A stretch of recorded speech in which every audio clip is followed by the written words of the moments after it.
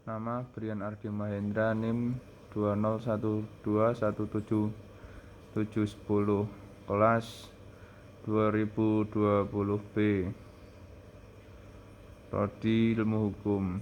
Latar belakang: hukum terdapat di seluruh dunia di mana terdapat pergaulan hidup manusia. Seorang ahli hukum bangsa Romawi, Marcus Tullius Cicero 106 sampai 43, mengatakan ubi societas ibi ius, di mana ada masyarakat, di situ ada hukum. Hukum demikian halnya dengan bahasa, akan tetapi isi hukum tidak di mana-mana sama. Tidak ada hukum di dunia, sebagaimana juga tidak ada bahasa di dunia. Dunia pergaulan hidup manusia dibagi-bagi dalam sejumlah persekutuan bangsa-bangsa, dan tiap-tiap persekutuan mempunyai hukumnya sendiri. Itu tidak berarti pada pertandingan hukum tersebut sama sekali tidak terlihat persamaan. Sebaliknya, adalah benar bahwa dalam beberapa hal ada persamaan hukum dari berbagai bangsa. Hukum baik adalah hukum yang mencerminkan nilai-nilai hidup dalam masyarakat. Masyarakat berubah tak dapat dielakkan, dan perubahan itu sendiri dipertanyakan nilai-nilai mana yang dipakai. Hukum memiliki fungsi dan tujuan. Fungsi dari hukum dapat dilihat dari perspektif filsafat hukum. Filsafat hukum terutama hendak menelaah hakikat hukum sebagai perwujudan nilai, hukum sebagai sistem kaidah, dan hukum sebagai alat untuk mengatur masyarakat. Fungsi hukum. Ahli hukum Belanda J. van Kant mendefinisikan hukum sebagai keseluruhan ketentuan-ketentuan kehidupan yang bersifat memaksa, yang melindungi kepentingan-kepentingan orang dalam masyarakat. Pendapat tersebut mirip dengan definisi dari Rudolf van Jering yang mengatakan bahwa hukum adalah keseluruhan norma-norma yang memaksa yang berlaku dalam suatu negara. Hans Kelsen menyatakan hukum sendiri dari norma-norma bagaimana orang harus berperilaku. Pendapat ini didukung oleh ahli hukum Indonesia Wirjono Projodikoro yang menyatakan bahwa hukum adalah rangkaian peraturan mengenai tingkah laku orang-orang sebagai anggota suatu masyarakat, sedangkan satu-satunya tujuan dari hukum adalah menjamin keselamatan, kebahagiaan, dan tata tertib masyarakat itu. Adapun fungsi hukum dari perspektif filsafat hukum, yakni hukum sebagai pranata sosial, Surjono Sukanto mengartikan pranata sosial sebagai lembaga kemasyarakatan. Himbauan norma dari berbagai tindakan yang berkisar pada suatu kebutuhan pokok di dalam kehidupan bermasyarakat. Dengan kata lain, pranata sosial merupakan kumpulan norma sistem norma dalam hubungannya dengan pemenuhan kebutuhan pokok masyarakat.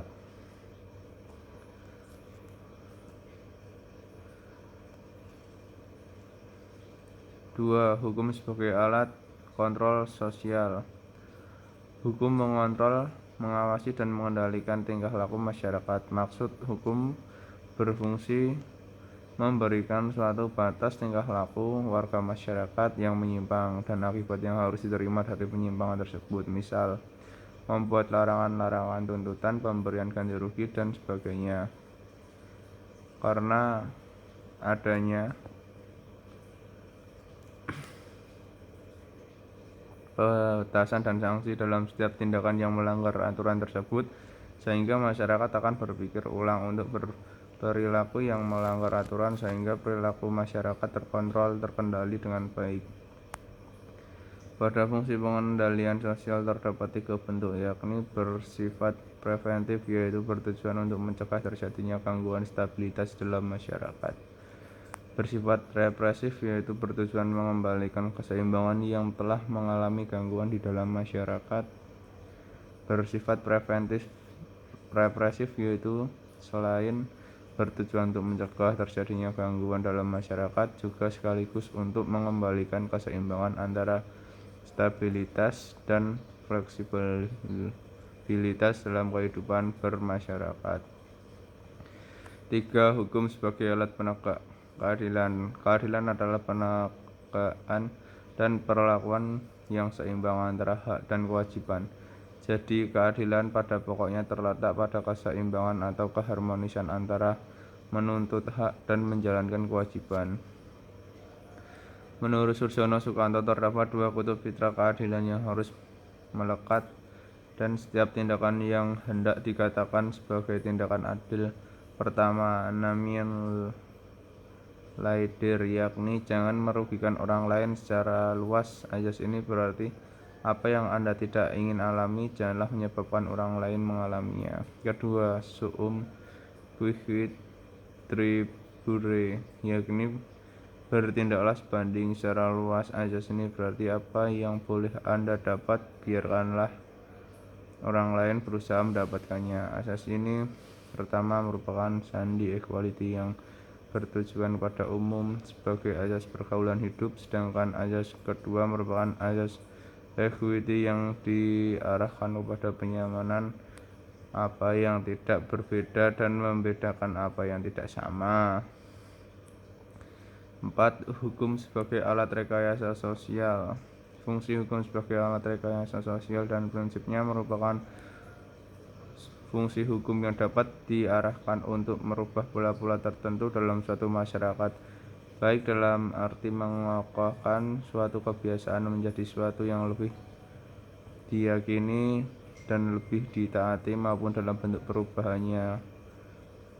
Maksud perubahan lainnya antara lain menghilangkan suatu kebiasaan yang memang sudah tidak dianggap sesuai dengan kondisi masyarakat, maupun dalam bentuk kebiasaan baru yang dianggap lebih sesuai.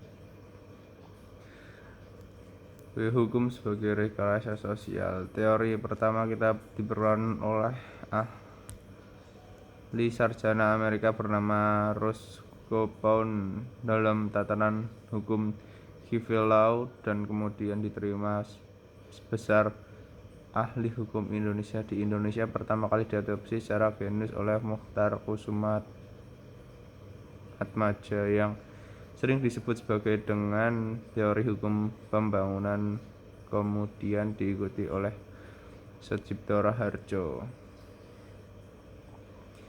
Ada 4 asas utama yang perlu diperhatikan bagi penggunaan metode law as a tool of social engineering agar efektivitas peraturan yang dibuat mencapai hasil maksimal. Keempat asas utama itu digambarkan oleh Adam Podgorski sebagai berikut.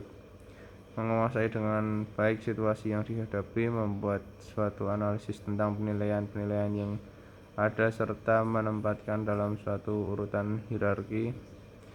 3. Melakukan verifikasi hipotesis-hipotesis seperti apakah suatu metode yang dipikirkan untuk digunakan pada akhirnya nanti memang akan membawa kepada tujuan sebagaimana yang dikehendaki. 4. Pengukuran terhadap efek perundang-undangan yang ada.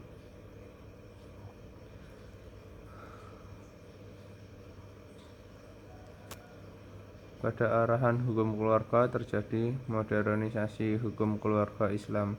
Dahulunya berpedoman pada kitab fikih, kemudian dilakukan iktihad jam'i dalam bentuk kompilasi hukum Islam dan diundangnya UU Perwakilan Nomor 1 Tahun 1974 di Indonesia dan aturan perundang-undangan yang lain, terbentuk guna menjaga hak-hak masyarakat Indonesia yang mayoritas Islam dengan asas personalitas keislaman. Misal, pencatatan perkawinan. 2. Poligami. C. Teori hukum pendukung atau penunjang atas teori hukum yang mereka biasa masyarakat. Adapun yang menjadi penunjang atau pendukung atas teori hukum yang dapat merekayasa masyarakat, law as a tool social engineering, yang dikemudian oleh Roscoe Pound adalah teori tentang efektivitas dan validitas hukum, di mana menurut Hans Kelsen. Jika berbicara tentang efektivitas hukum, dibicarakan pula tentang validitas hukum. Teori validitas hukum merupakan salah satu teori yang penting dalam ilmu hukum. Teori validitas atau legitimasi dari hukum adalah teori yang mengajarkan bagaimana dan apa syarat-syarat agar suatu kaidah hukum menjadi legitimate dan sah berlakunya sehingga dapat diberlakukan pada masyarakat bila perlu dengan upaya paksa, yakni suatu kaidah hukum yang memenuhi persyaratan-persyaratan sebagai berikut. Satu, kaidah hukum tersebut haruslah dirumuskan ke dalam berbagai bentuk aturan formal seperti dalam bentuk pasal-pasal dari Undang-Undang Dasar, Undang-Undang, dan berbagai bentuk peraturan yang lainnya, aturan-aturan sosial seperti dalam bentuk traktat, konvensi, atau setidaknya dalam bentuk adat kebiasaan. 2. Aturan formal tersebut harus dibubarkan secara sah, misalnya jika dalam bentuk undang-undang harus dibuat oleh parlemen bersama dengan pemerintah. 3. Secara hukum, aturan hukum tersebut tidak mungkin dibatalkan.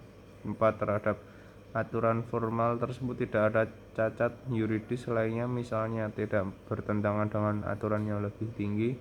5. Kaidah hukum tersebut harus dapat diterapkan oleh badan-badan penerap hukum seperti pengadilan, kepolisian, kejaksaan. 6. Kaidah hukum tersebut harus dapat diterima dan dipatuhi oleh masyarakat. 7. Kaidah hukum tersebut haruslah sesuai dengan jiwa bangsa yang bersangkutan.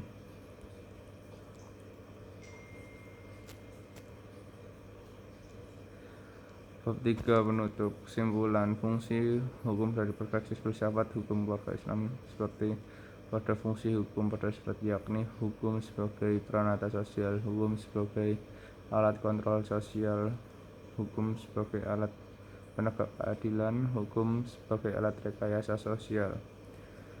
Hukum sebagai sarana rekayasa sosial merupakan hukum yang diarahkan untuk mengubah pola-pola tertentu dalam suatu masyarakat, baik dalam arti mengokohkan suatu kebiasaan menjadi suatu yang lebih diyakini, lebih ditaati, maupun dalam bentuk perubahan sosial lainnya. Maksud perubahan lainnya antara lain menghilangkan suatu kebiasaan yang memang sudah dianggap tidak sesuai dengan kondisi masyarakat, maupun dalam membentuk kebiasaan baru yang dianggap lebih sesuai. Sekian dari saya, terima kasih. Wassalamualaikum warahmatullahi wabarakatuh.